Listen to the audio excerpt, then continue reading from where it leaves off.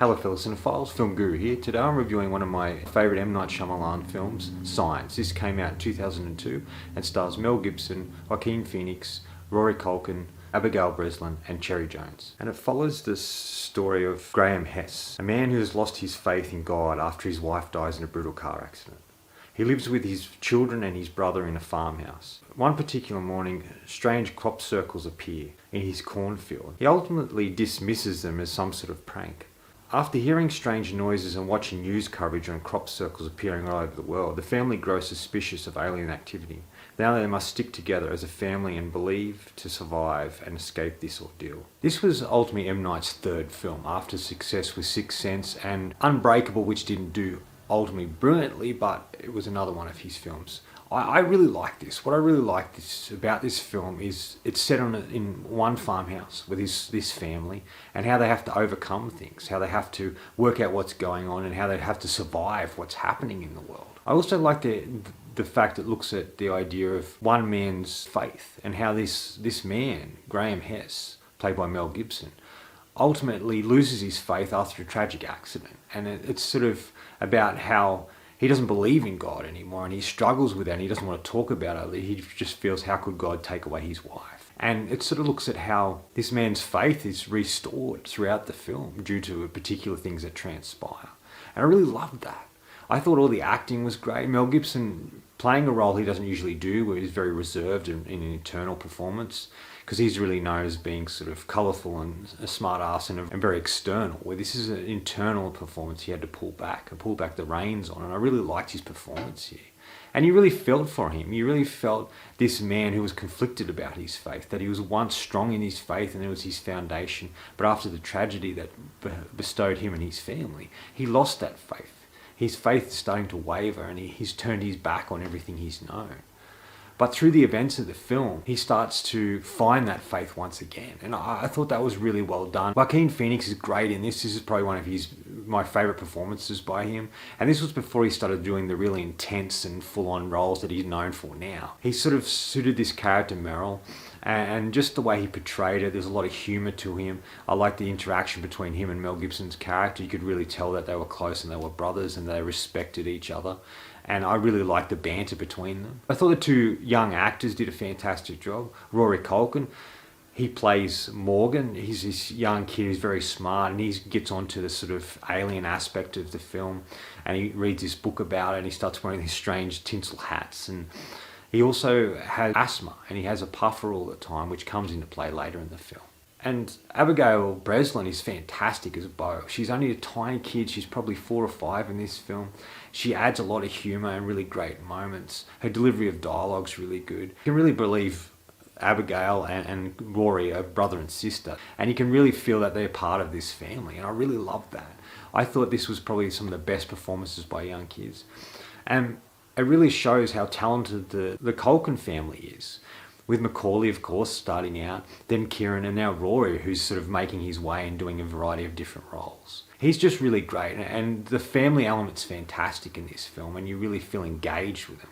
Cherry Jones plays the sheriff of the town. I kind of like her little interaction that she has with Graham. You get to see that there's a bond between these two people in a really strong way. M. Night talked about there was 3 films in particular that he looked at that really inspired him for this film. One was The Bird, this sort of extraordinary thing that happens where in The Birds they get all these birds start attacking for no reason. In this it's the aliens. Night of the Living Dead. Most of that film takes place in a farmhouse and they sort of have to defend themselves about these things trying to get in and the bond that forms between these particular characters. So that informed a lot of main aspects of the small farmhouse and the family. And also Invasion of the Body Snatchers with this strange phenomenon happening, and it sort of worked as well. And you can see how he's inspired by these and weaved the sort of storylines throughout. I think he's a really great director. I love the fact that he has everything worked out. Every shot's worked out. The camera moves to tell the story, much like Hitchcock. He doesn't always show the horror to begin with. It's more suspense-based. And it's really about crafting the circumstances. I really like the world he creates and the things he puts in there. I'm a big fan of I've become a big fan of the sort of the alien abduction, alien invasion films and storylines, and I really like what he's done here. He's a real genre filmmaker. He makes sort of genre pictures. I love he uses the camera in these particular sequences that are well thought out, well crafted, and the camera turns when it needs to, and it shows everything the character's thinking without having the character having to speak, which I really loved.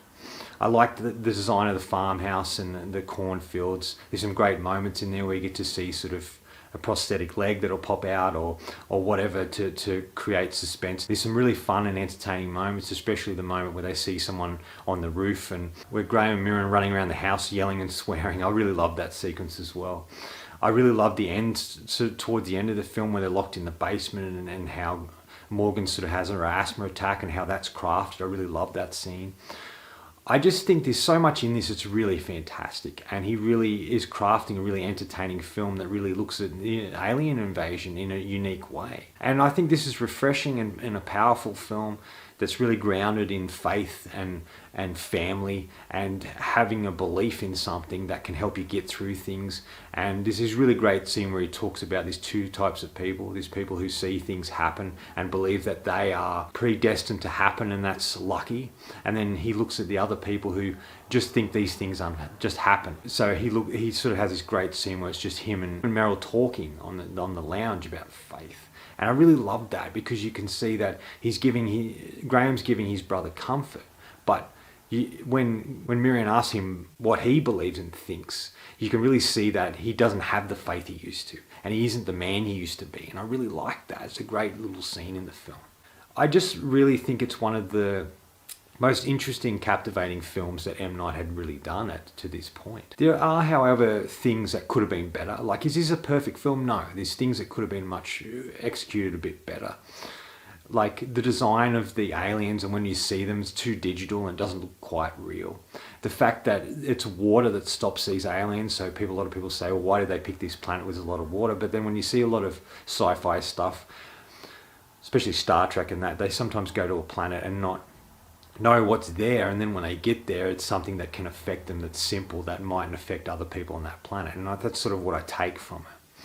And the aliens just don't look as good. I just think they could have worked better with much more prosthetic people in suits and digitized a little bit rather than making a completely digital person. A lot of the dialogue doesn't reign true, and there's some really awkward scenes, but I think it's the idea there's something strange is happening.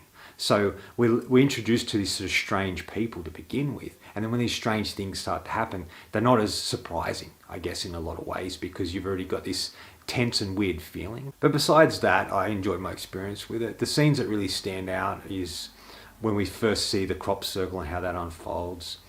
The dinner scene, there's a dinner scene where they all get to make their dinner because they're locked in the house, and Mel Gibson's sort of getting cranky about things and he's crying and eating, and it's just a really powerful moment, and where they all join together and sort of hug, and I really like that moment. There's a lot of moments throughout the film that are really captivating and interesting like that. I think the third act of the film is really good. There's some really great moments throughout it, especially when they're locked in the basement or in the cellar. And this whole scene restores Graham's faith in a lot of ways, and especially right at the end where they get him outside after the aliens attacked him.